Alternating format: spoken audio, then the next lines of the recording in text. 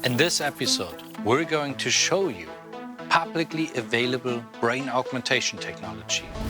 This technology to us is so exciting because it allows us to so totally change the way that we experience the world and our lives. And talk to experts who reveal a future of unbelievable risks and rewards. But let me tell you, we're staring at a world in which we will fundamentally change the definition of what it means to be human. This is not science fiction. Welcome to Imagine Beyond the Mind.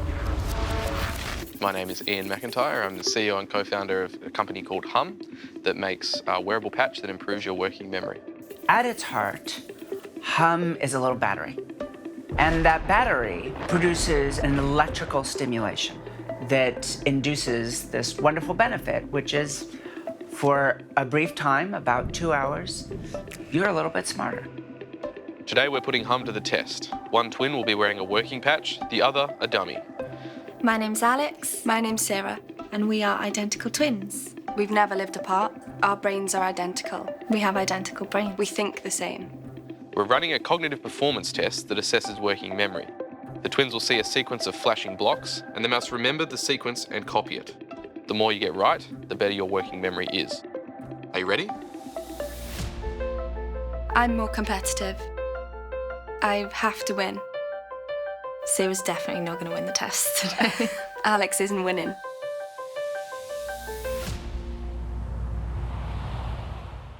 In the control test that we did before you used the patch, Sarah was the top scorer with an average of 6.3 and a high score of 8. Yay! But here's what we didn't tell you. When we ran the test using Hum, only one of you was actually wearing a working patch. Here's the big reveal. Alex, with the patch you now matched your identical twin. You both scored an average of 6.3, but this time you were the top scorer with a high score of 8. Congratulations, you're the smart one now. Oh, well done. Oh, I beat you. Yeah, but not without that.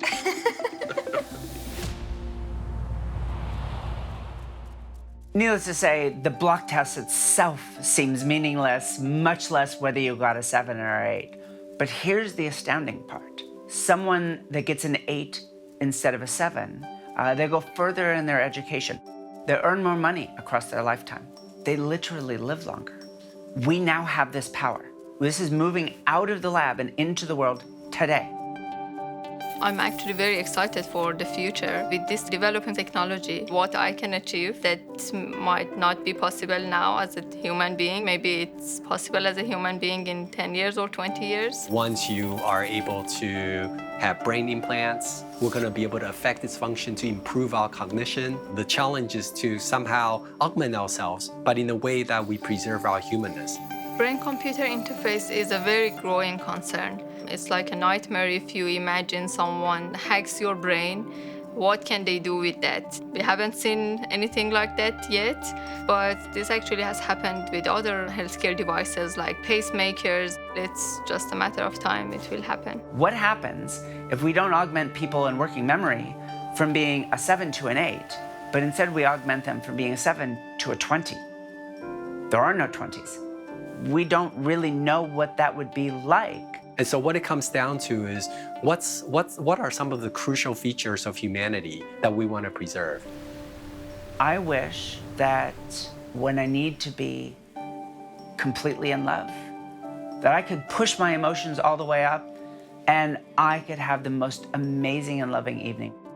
The ultimate goal is a world in which everybody has this chance to have a rich cognitive and emotional life.